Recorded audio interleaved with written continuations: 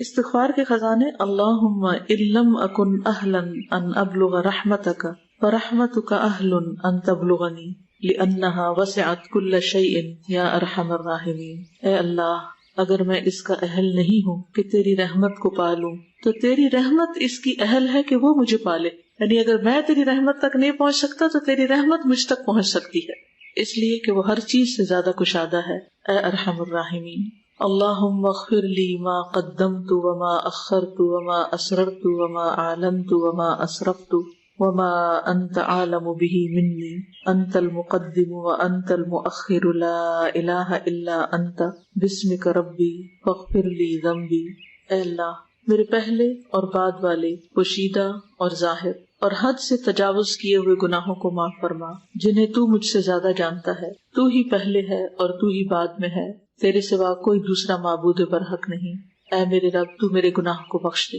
اللہم اغفر لی ذنبی کلہ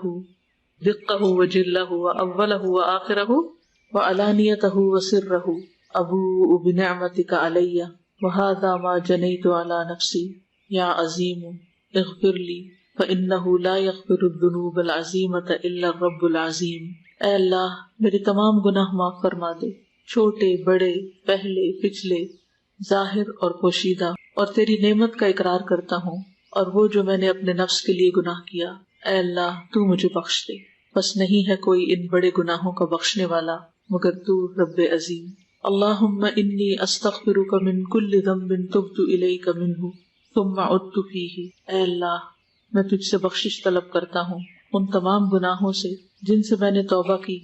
پھر ان کو کر بیٹھا، یعنی توبہ کرتا ہوں پھر توڑ بیٹھتا ہوں، پھر توبہ کرتا ہوں پھر بھول جاتا ہوں، پھر غلطی کر جاتا ہوں، پھر غلطی کر جاتا ہوں۔ وَأَسْتَغْفِرُكَ مِن كُلِّ مَا وَعَدتُّكَ بِهِ مِن نَفْسِي ثُمَّ لَمْ أُوفِ بِهِ، اور بخشش طلب کرتا ہوں ہر اس وعدہ کے بارے میں جس کو میں نے تجھ سے کیا پھر اس کو پورا نہ کر سکا، یعنی اپنی کمٹمنٹس نہ نبھا سکا۔ وَأَسْتَغْفِرُكَ مِن كُلِّ عَمَلٍ أَرَدتُّ بِهِ وَجْهَكَ فَخَالَطَهُ غَيْرُهُ، اور بخشش طلب کرتا ہوں ان تمام اعمال کے بارے میں جن کو میں نے تیرے لیے کرنے کا ارادہ کیا تو وہ تیرے علاوہ دوسرے کے لیے آمیزش ہو گئی، یعنی میری نیت خراب ہو گئی۔ وَأَسْتَغْفِرُكَ مِن كُلِّ نِعْمَةٍ أَنْعَمْتَ بِهَا عَلَيَّ فَاسْتَعَنْتُ بِهَا عَلَى مَعْصِيَتِكَ، اور میں تجھ سے ان تمام نعمتوں کے بارے میں جن کو تو نے مجھے عطا کیا اپنے گناہ کی وجہ سے تجھ سے مدد مانگتا اور بخشش طلب کرتا ہوں، یعنی تاکہ میں تیرا شکر ادا کر سکوں۔ وَأَسْتَغْفِرُكَ يَا عَالِمَ الْغَيْبِ وَالشَّهَادَةِ مِن كُلِّ ذَنبٍ أَتَيْتُهُ فِي ضِيَاءِ النَّهَارِ وَسَوَادِ اللَّيْلِ فِي مَلَإٍ أَوْ خَلَاءٍ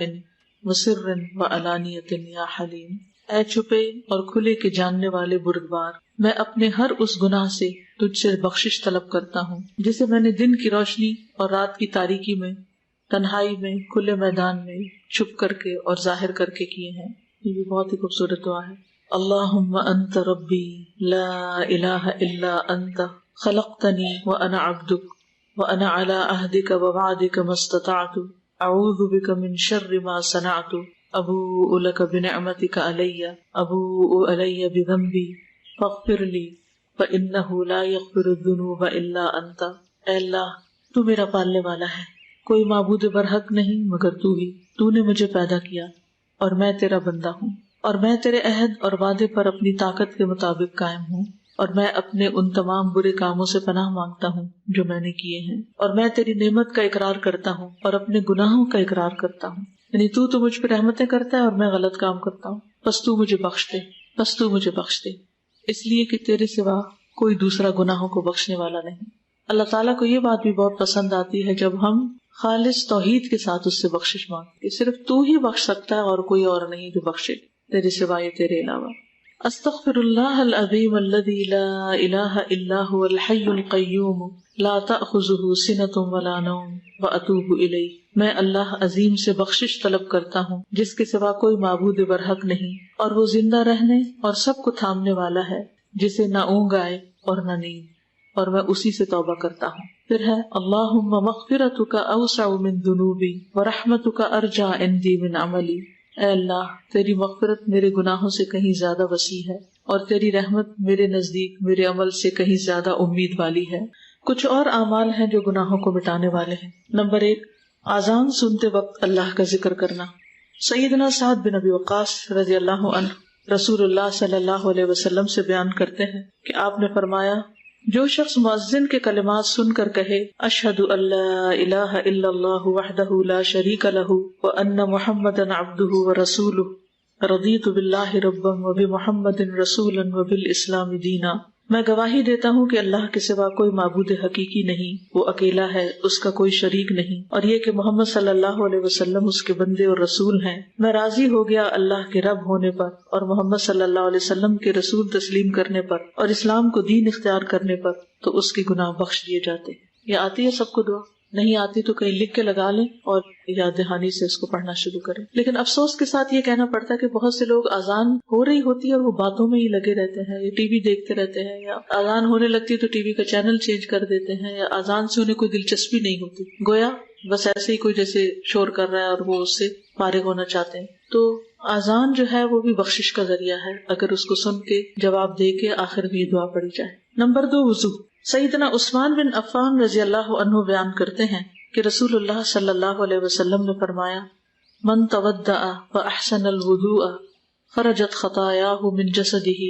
حتى تخرج من تحت اظافره، جو شخص وضو کرے اور اچھے طریقے سے وضو کرے تو اس کے گناہ اس کے جسم سے نکل جاتے ہیں، یہاں تک کہ اس کے ناخنوں کے نیچے سے بھی خارج ہو جاتے ہیں۔ تو اس لیے شوق سے وضو کرنا چاہیے، محبت سے، پوری خوشی کے ساتھ، کیونکہ بہت سے لوگ وضو کرنے سے گھبراتے ہیں یا وضو کو ایک بوجھ سمجھتے ہیں۔ تو آپ وضو کریں تو یہ سوچیں کہ یہ میرے گناہوں کو دھونے کا ذریعہ ہے۔ نمبر 3، نماز۔ سیدنا ابو ہریرہ رضی اللہ عنہ بیان کرتے ہیں کہ انہوں نے رسول اللہ صلی اللہ علیہ وسلم کو فرماتے ہوئے سنا، ارأیتم لو ان نہرا بباب احدکم یغتسل فیہ کل یوم 5 هل يبقى من درنه شیء؟ قالوا لا يبقى من درنه شیء قال فذلك مثل الصلوات الخمس یمحو اللہ بہ الخطایا۔ بتاؤ، اگر تم میں سے کسی کے دروازے پر نہر بہہ رہی ہو اور اس میں وہ روزانہ 5 مرتبہ غسل کرے تو کیا اس کے جسم پر کچھ میل کچیل باقی رہ جائے گا؟ صحابہ نے عرض کیا کہ کچھ میل کچیل باقی نہ رہے گا۔ آپ نے فرمایا 5 نمازوں کی مثال اسی طرح ہے کہ اللہ ان کے ساتھ گناہوں کو مٹاتا ہے۔ گویا اذان کے بعد وضو، وضو کے بعد نماز، یہ انسان کے گناہوں کو دور کرنے کا ذریعہ ہے۔ سیدنا ابو ہریرہ رضی اللہ عنہ بیان کرتے ہیں کہ رسول اللہ صلی اللہ علیہ وسلم نے فرمایا، صلاۃ الرجل فی الجماعۃ تضعف علی صلاته فی بیتہ وفی سوقہ 25 ضعفا ذلک انہ اذا تودع فاحسن الوضوء ثم خرج الى المسجد لا يخرجه الا الصلاة لم يخط خطوة الا رفعت له بها درجة وحط عنه بها خطيئة فاذا صلى لم تزل الملائكة تصلي عليه ما دام في مصلاه اللهم صل عليه اللهم ارحمه ولا يزال احدكم في صلاة منتظر الصلاة۔ آدمی کا باجماعت نماز ادا کرنا اس کے گھر اور بازار کی نماز سے 25 گنا زیادہ ہے، یعنی مردوں کے لیے، اور یہ اس لیے کہ جب اس نے اچھی طرح وضو کیا پھر مسجد کی طرف نکلا صرف نماز کے لیے، یعنی اور کوئی کام نہیں تھا، تو وہ کوئی قدم نہیں رکھتا مگر اس کی وجہ سے اس کا ایک درجہ بلند ہوتا ہے اور اس کی وجہ سے اس کی ایک غلطی معاف ہوتی ہے۔ پھر جب وہ نماز پڑھتا ہے تو فرشتے اس کے لیے مغفرت کی دعا کرتے رہتے ہیں، یعنی جتنی دیر وہ نماز میں مصروف ہے فرشتے بخشش مانگ رہے ہیں اس کے لیے، فرشتے اس کے لیے استغفار کر رہے ہیں۔ جب تک وہ اپنی جائے نماز پر رہتا ہے اور وضو نہیں ٹوٹتا، فرشتے کہتے ہیں اے اللہ اس پر رحمت فرما، اے اللہ اس پر مہربانی کر، اور وہ برابر نماز ہی میں رہتا ہے جب تک کہ وہ نماز کا انتظار کرتا ہے۔ یہ نماز سے پہلے اگر جلدی آ جائے مسجد میں اور بیٹھ کے انتظار کر لے تو وہ بھی نماز کی حالت شمار ہوتی ہے، اور بعد میں بھی جب وہ بیٹھا ہوتا ہے نماز کے فوراً بعد نہیں اٹھ جاتا۔ سیدنا ابو ہریرہ رضی اللہ عنہ بیان کرتے ہیں کہ رسول اللہ صلی اللہ علیہ وسلم فرماتے تھے، الصلوات الخمس والجمعۃ الی الجمعۃ ورمضان الی رمضان مکفرات لما بینہن اذا اجتنب الکبائر۔ 5 نمازیں اور جمعہ سے آئندہ جمعہ تک اور رمضان سے آئندہ رمضان تک ان کے درمیان کے لیے کفارہ ہے جب تک کہ گناہ کبیرہ کا ارتکاب نہ کیا جائے۔ تو اس سے کیا پتہ چلتا ہے کہ وضو، نماز کے علاوہ جمعہ کا پڑھنا، رمضان، یہ سب کچھ گناہوں سے بخشش کا ذریعہ ہے۔ جب کبائر سے انسان بچتا نہیں، سارے صغیرہ گناہ اس سے معاف ہو جاتے ہیں، اور کبیرہ گناہوں کے لیے خاص طور پر توبہ استغفار کرنی چاہیے۔ نمبر 4، تہجد اور استغفار۔ سیدنا حذیفہ رضی اللہ عنہ بیان کرتے ہیں کہ رسول اللہ صلی اللہ علیہ وسلم نے فرمایا، ینزل ربنا تبارک وتعالی کل لیلۃ الی السماء الدنیا حین یبقى ثلث اللیل الاخیر یقول من یدعونی فاستجیب له من یسألنی فاعطیہ من یستغفرنی فاغفر لہ، میرا رب العالمین ہر رات دنیا سے قریب آسمان پر اترتا ہے، یعنی نیچے والے آسمان، جب رات کا تہائی آخری حصہ باقی رہتا ہے تو کہتا ہے کہ کون ہے جو مجھے پکارے اور میں اس کی پکار کو قبول کروں، کون ہے جو مجھ سے سوال کرے اور میں اسے دوں، کون ہے جو مجھ سے مغفرت طلب کرے اور میں اسے بخش دوں۔ تو رات کا آخری تہائی حصہ جو ہے یہ بھی گناہوں کی بخشش کے لیے بہت فائدہ مند ہے۔ اللہ تعالیٰ خود دعوت دیتے ہیں کہ آؤ مجھ سے بخشش مانگو تاکہ میں تمہیں بخش دوں، تو اس سے فائدہ اٹھانا چاہیے۔ پانچویں چیز صدقہ۔ سیدنا حذیفہ رضی اللہ عنہ بیان کرتے ہیں کہ رسول اللہ صلی اللہ علیہ وسلم نے فرمایا، فتنة الرجل فی اہلہ ومالہ وجارہ تکفرها الصلاۃ والصوم والصدقۃ، آدمی کو جو فتنہ اس کے بال بچوں اور مال اور دوست اور ہمسائے کی وجہ سے ہوتا ہے، یعنی ان کی وجہ سے انسان غلطیوں میں مبتلا ہو جاتا ہے، تو نماز، روزہ اور صدقہ اس کا کفارہ بنتے ہیں۔ یعنی صدقہ بھی انسان کے گناہوں کو مٹانے کا ذریعہ بنتا ہے، اللہ تعالیٰ کے غضب کو ٹھنڈا کرتا ہے۔ نمبر 6، جمعہ کے دن کے آداب۔ سیدنا سلمان الفارسی رضی اللہ عنہ بیان کرتے ہیں کہ نبی صلی اللہ علیہ وسلم نے فرمایا، لا يغتسل رجل يوم الجمعة ويتطهر ما استطاع من الطهر ويدهن من دهنه او يمس من طيب بيته ثم يخرج فلا يفرق بين اثنين ثم يصلي ما كتب له ثم ينصت اذا تكلم الامام الا غفر له ما بينه وبين الجمعة الاخرى۔ جو شخص جمعہ کے دن غسل کرتا ہے اور استطاعت کے مطابق پاکیزگی اختیار کرتا ہے، تیل لگاتا ہے یا اپنے گھر کی خوشبو لگاتا ہے، پھر جمعہ کی نماز کے لیے نکلتا ہے اور دو آدمیوں کے درمیان تفریق ڈال کر نہیں بیٹھتا، یعنی بیچ میں گھستا نہیں، دوسروں کو اذیت نہیں دیتا، پھر سنتیں پڑھتا ہے جو اس کے مقدر میں، پھر جب امام خطبہ دیتا ہے تو خاموش رہتا ہے، تو اس کے اس جمعہ اور دوسرے جمعہ کے درمیان کے صغائر یعنی صغیرہ گناہ معاف کر دیے جاتے ہیں۔ تو جمعہ پڑھنا جو ہے یہ بھی گناہوں کی بخشش کا ذریعہ ہے۔ نمبر 7، رمضان کے روزے۔ سیدنا ابو ہریرہ رضی اللہ عنہ بیان کرتے ہیں کہ آپ نے فرمایا، من صام رمضان ایمانا واحتسابا غفر له ما تقدم من ذنبه، جو شخص ایمان اور طلب ثواب کے لیے رمضان کے روزے رکھے تو اس کے پہلے کے گناہ معاف ہو جاتے ہیں۔ تراویح کی نماز، 8ویں چیز۔ سیدنا ابو ہریرہ بیان کرتے ہیں کہ رسول اللہ صلی اللہ علیہ وسلم نے فرمایا، من قام رمضان ایمانا واحتسابا غفر له ما تقدم من ذنبه، جو شخص رمضان کا قیام ایمان اور طلب ثواب کے لیے کرتا ہے تو اس کے پہلے کے تمام گناہ معاف کر دیے جاتے ہیں۔ نمبر 9، شب قدر کی راتوں کا قیام۔ سیدنا ابو ہریرہ رضی اللہ عنہ بیان کرتے ہیں کہ رسول اللہ صلی اللہ علیہ وسلم نے فرمایا، من قام لیلۃ القدر ایمانا واحتسابا غفر له ما تقدم من ذنبه، جو شخص شب قدر کا قیام ایمان اور طلب ثواب کے لیے کرے تو اس کے پہلے کے گناہ معاف کر دیے جاتے ہیں۔ نمبر 10، عاشورہ کے روزے۔ سیدنا ابو قتادہ بیان کرتے ہیں کہ ایک آدمی نے رسول اللہ صلی اللہ علیہ وسلم سے عاشورہ کے روزے کے بارے میں سوال کیا تو آپ نے فرمایا، احتسب علی اللہ ان یکفر السنۃ التی قبلہ، میں اللہ تعالیٰ سے اچھا گمان کرتا ہوں کہ گزشتہ سال کے گناہوں کا کفارہ بنتا ہے، یعنی ایک سال کے روزے معاف ہو جاتے ہیں۔ عمرہ۔ سیدنا ابو ہریرہ رضی اللہ عنہ بیان کرتے ہیں کہ رسول اللہ صلی اللہ علیہ وسلم نے فرمایا، العمرۃ الی العمرۃ کفارۃ لما بینہما والحج المبرور لیس لہ جزاء الا الجنہ، ایک عمرہ کرنا دوسرے عمرے تک کے درمیان کے گناہوں کا کفارہ ہوتا ہے اور حج مبرور کا بدلہ جنت کے علاوہ اور کچھ نہیں۔ تسبیح۔ جو شخص سبحان اللہ و بحمدہ سبحان اللہ العظیم 100 مرتبہ کہے تو اس کے گزرے ہوئے گناہ معاف کر دیے جاتے ہیں۔ اللہ کے فضل اور انعام کا اعتراف کرنا۔ جو شخص کوئی کپڑا پہنے یا کھانا کھائے پھر یہ کہے، الحمدللہ الذی رزقنی واطعمنی بلا حول منی ولا قوت، سب تعریف اللہ کے لیے ہے جس نے مجھے روزی دی اور کھانا دیا بغیر میری طاقت اور قوت کے۔ یا جو شخص کپڑا پہنے اور کہے، الحمدللہ الذی سترنی ووارا عورتی بلا حول منی ولا قوت، تو اس کے گزرے ہوئے گناہ بخش دیے جاتے ہیں۔ کپڑے پہن رہے ہیں، ضرورت ہے دنیاوی، اور اس وقت اللہ کو یاد کرتے ہیں تو بھی گناہوں کی بخشش ہوتی۔ کتنا پیارا ہے ہمارا دین۔ سب تعریف اس اللہ کے لیے ہے جس نے بغیر طاقت اور قوت کے میری شرمگاہ کو ڈھانپا اور چھپایا۔ حج۔ سیدنا ابو ہریرہ بیان کرتے ہیں کہ رسول اللہ صلی اللہ علیہ وسلم نے فرمایا، من حج ھذا البیت فلم یرفث ولم یفسق رجع کیوم ولدته امہ، کہ جس نے اس کے گھر کا حج کیا اور بےہودہ باتیں نہیں کی اور فسق و فجور نہیں کیا تو وہ اپنے گناہوں سے اس طرح واپس لوٹے گا جیسے آج ہی اس کی ماں نے اس کو جنا ہو۔ 15، عرفہ میں وقوف کرنا۔ سیدہ عائشہ رضی اللہ عنہا بیان کرتی ہیں کہ رسول اللہ صلی اللہ علیہ وسلم نے فرمایا، ما من يوم أكثر من أن يعتق الله فيه عبدا من النار من يوم عرفة وإنه ليدنو ثم يباهي بهم الملائكة فيقول ما أراد هؤلاء. اتنے آدمی کسی دن اللہ تعالیٰ جہنم سے آزاد نہیں کرتا جتنے عرفہ کے دن کرتا ہے، اور پروردگار آج کے دن نزدیک ہو جاتا ہے، پھر اپنے بندوں کی وجہ سے اپنے فرشتوں پر فخر کرتا ہے اور فرماتا ہے یہ لوگ کیا چاہتے ہیں؟ تو ظاہر ہے سب کیا چاہتے ہیں؟ گناہوں کی بخشش، اللہ کی رضا۔ نمبر 16، جو شخص حج میں نہ ہو اس کے لیے عرفہ کے دن کا روزہ رکھنا، یعنی عرفات کے دن اگر آپ حج کے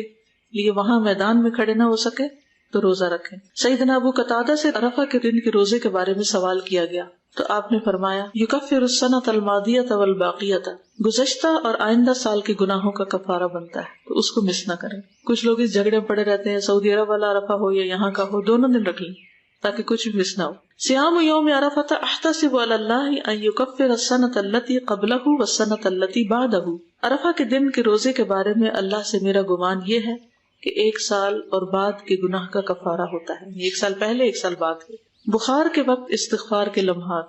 سیدنا جابر بن عبداللہ رضی اللہ عنہ بیان کرتے ہیں کہ رسول اللہ صلی اللہ علیہ وسلم ایک دن ام سائب یا ام مسیب کے پاس آئے اور کہا ما لک یا ام السائب او یا ام المسیب تزفزفین، اے ام سائب یا ام مسیب تمہیں کیا ہو گیا، سائیں سائیں کی آوازیں نکال رہی ہے۔ انہوں نے کہا کہ بخار ہے، اللہ اس میں برکت نہ دے۔ تو آپ نے فرمایا لا تسب الحمى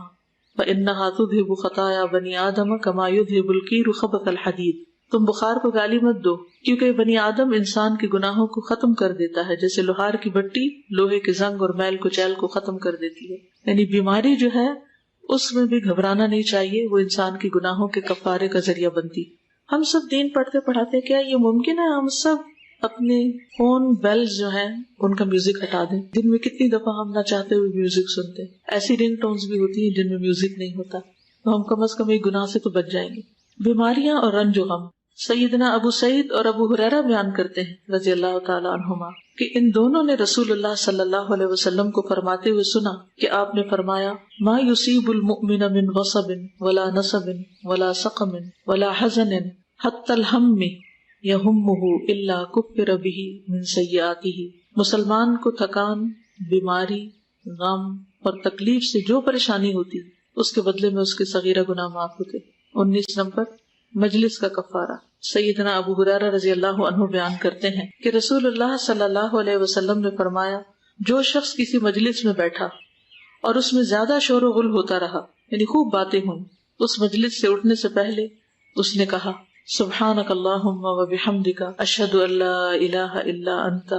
استغفرک و اتوب الیک، اے اللہ تو پاک ہے، میں تیری تعریف کرتا ہوں، میں گواہی دیتا ہوں کہ تیرے سوا کوئی معبود برحق نہیں، میں تجھ سے مغفرت طلب کرتا ہوں اور تیری طرف توبہ کرتا ہوں، تو اس مجلس کے گناہ معاف ہو جاتے ہیں۔ اس طرح اللہ تعالیٰ کے اپنے بندے پر فضل و کرم اور توفیق سے اس کتاب کے خاتمے تک ہم پہنچے۔ یہ کتاب اگرچہ مختصر ہے لیکن اذکار کے باب میں سب سے اہم اور افضل قسم استغفار اور توبہ کے موضوع پر شامل ہونے کی وجہ سے انتہائی اہم ہے، کیونکہ توبہ اور استغفار ایک ایسی چیز ہے جو اللہ پر ایمان کو مضبوط کرتی ہے، اور بندہ سمجھتا ہے کہ اللہ تعالیٰ تمام گناہوں کو بخشنے والا ہے، وہ بندے کی توبہ سے خوش ہوتا ہے اور سمجھتا ہے کہ بندہ اس سے غافل نہیں، جیسا کہ اللہ تعالیٰ نے فرمایا وَلَا تَكُونُوا كَالَّذِينَ نَسُوا اللَّهَ فَأَنسَاهُمْ أَنفُسَهُمْ أُولَئِكَ هُمُ الْفَاسِقُونَ، تم ان لوگوں کی طرح مت ہو جانا جنہوں نے اللہ کے احکام کو بھلا دیا تو اللہ نے بھی انہیں اپنی جانوں سے غافل کر دیا، اور ایسے ہی لوگ فاسق یعنی نافرمان ہوتے ہیں۔ ہم اللہ عظیم الشان قدرت والے سے امید اور سوال کرتے ہیں